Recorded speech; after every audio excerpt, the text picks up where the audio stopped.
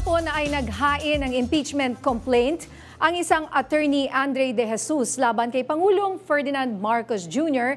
na inendorso naman ni Pusong Pinoy Party List Representative Jet Nisay. Kasama sa reklamo ang kidnapping umano na may kaugnayan sa pagpayag ng Pangulo na madala sa The Hague si dating Pangulong Rodrigo Duterte. Kabiguang i-veto ang mga unprogrammed appropriations sa national budget para sa taong 2023, 2024, 2025 at 2026. At umano'y paggamit ng Pangulo ng bawal na gamot batay sa pahayag ng kapatid niyang si Senator Amy Marcos sa isang rally. At kaugnay niyan, makakausap natin live via Zoom walang iba kundi ang Palace Press Officer Undersecretary Claire Castro. Magandang hapon po, Yusek Claire, and welcome po ulit sa Arangkada Balita. Yes, good evening Ninya at sa lahat ng nanonood sa inyong programa. Magandang hapon po sa inyo lahat. At Jack, good afternoon. Good afternoon po. Yes, Attorney Claire, maraming salamat sa inyong pong pag-unlock. No? Sabi nga kanina ni Congressman Pulong Duterte, scripted daw ang impeachment complaint laban sa Pangulo. Ano po ang kaibahan nito sa impeachment complaint daw ng pangalawang Pangulo? Ang unang-una kasi, nung naisang pa naman yung dating impeachment complaint sa Vice Presidente. Makikita naman doon ano yung mga ebidensya. Although hindi ito parte ng ekotibo na mag-judge, pero kakaiba ito sa isinampa ngayon na impeachment complaint laban sa Pangulo. Sa Vice Presidente, meron mga ebidensyang ipinakita, may mga resibo. Sa Pangulo, ito lahat ay haka-haka, paninira. Kaya nga, attorney, Yusek Claire, himayin natin ng konti yung mga ibang sinasabi niyo, betrayal of public trust, yung sinasabing nilang kidnapping daw kay dating Pangulong Rodrigo Duterte nung ito ay pinadala sa The Hague. Meron ho ba ang kumbaga nilabag na proseso ang palasyo dito sa pagpapapunta sa The Hague kay dating Pangulong Rodrigo Duterte? Matagal na itong naipaliwanag, Jack at Ninya. Sinasabi natin, ang Pangulo at ang administrasyon ay tumupad lamang din sa batas, ang RA 9851, kung saan pwede na isurrender ang isang akusado kapag may kaso na sa isang international court. Yan naman po ay naaayon sa batas. At sa kasalukuyan, Jack at Ninya, ito ay tinatawag nating case of first impression. Kauna-unahang nangyari ang sitwasyon na ito at walang nagsasabi na labag sa batas ang ginawa ng Pangulo at ng administrasyon. Okay, at tungkol naman po sa unprogrammed appropriations mula raw 2023 hanggang 2026, bakit hindi raw ito vinito ng Pangulo at personal raw na nakinabang sa pondong ito ang Pangulo? Ano po ang reaksyon ninyo dito? Unang-una, ang Pangulo po ay siya po ang may obligasyon din na pumirma ng enrolled bill para maging batas po ang isang budget.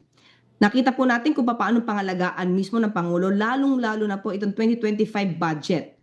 Nagkaroon po ng conditional implementation at hindi po agad-agad nililisa sa mga pondo, pinangalagaan po ng Pangulo ang pondo. May mga vinito po ang Pangulo dyan, pati nga po sa 2026 ay meron ding vinito. Kaya hindi po masasabi na nakinabang ang Pangulo dito. Hindi po nila mapapatunayan na ang Pangulo ang gumastos ng pera dito. Siya lamang po ang Pangulo at obligasyon niya po na magpirma po ng enrolled bill para sa budget. So wala po, kung meron man po nga sinasabing policy difference, hindi po yan ground para sa impeachment. And Yusek Claire, ito pa kasi yun sa very controversial na isa sa mga sinama doon sa reklamo nga, yung sinasabing gumagamit daw ng bawal na gamot ang Pangulo at binatay nila ito, hindi sa ebidensya basically, binatay nila ito doon sa naging statement ng kanyang kapatid na si Amy Marcos doon sa isang rally yata. Unang-una, hirap na hirap po sila kasing patunayan ito. Kaya po, paulit-ulit na lamang. Kasi kung paulit-ulit sila, dapat nagbigay na sila ng ebidensya. Pero napatunayan na po ng Pangulo kung ano po talaga ang kanyang estado bago pa man nagkaroon ng eleksyon. Napatunayan niya po yan, pinagbigyan niya po ang issue na ito patungkol po dyan at nagbigay na po ng certificate ang St. Luke's para patunayan na negatibo ang Pangulo sa paggamit ng sinasabing bawal na gamot. So hindi po dapat paulit-ulit to dahil kung magbibintang po sila, dapat po sila ay may ebidensya. Tsaka matandaan natin, Yusek Claire, di ba, gumamit pa sila ng AI video dati, di ba? Minilabas pa dati na video.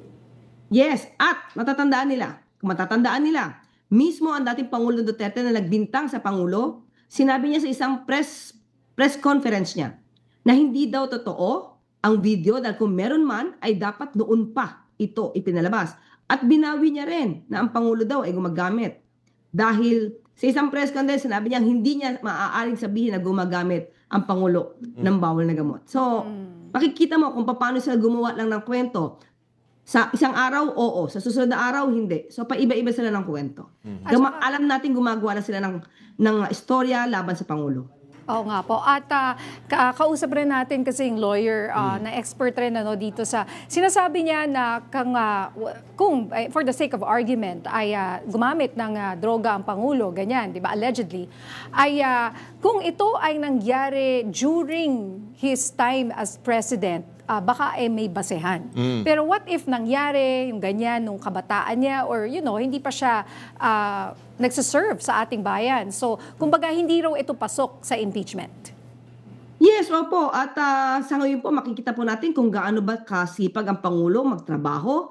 At ang dating Pangulong Duterte po, wag po natin kalimutan, ang siyang umamin na siyang gumagamit ng fentanyl, nag-overuse pa siya dahil sa cloud-9 na feeling at pati po ng marijuana. Sabi niya sa kanyang trabaho, hindi maaaring hindi siya gumamit ng marijuana dahil sa sobra daw niyang sa oras ng kanyang trabaho. Mahihirapan daw siya kaya kailangan niya magmarijuana.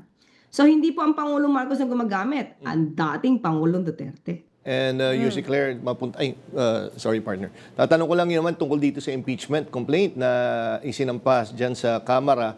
Paano po yung magiging papel po ni Congressman Sandro Marcos? Kasi syempre marami dyan mga skeptics sinasabi na paano mag-uusad yung isang ganyan? Nandun yung kanyang anak. Anong ano pong reaction niyo doon? Jack and Nia, yun ang problema eh. Hindi pa nila nakikita kung anong magiging trabaho dito ni Congressman Sandro, pero parang sila ay nagbibigay na ng insinuation. Ang lagi naman po sinasabi ng Pangulo sa kanya anak, kung ano ang yung trabaho, kung ano yung mandato, ipatupad mo, gawin mo. Kasi yun ang binibigay sa yung task. Hindi pwedeng dahil may kaibigan ka, kamag-anak ka, ibabaliin mo ang batas. Hindi po yan ang gusto ng Pangulo.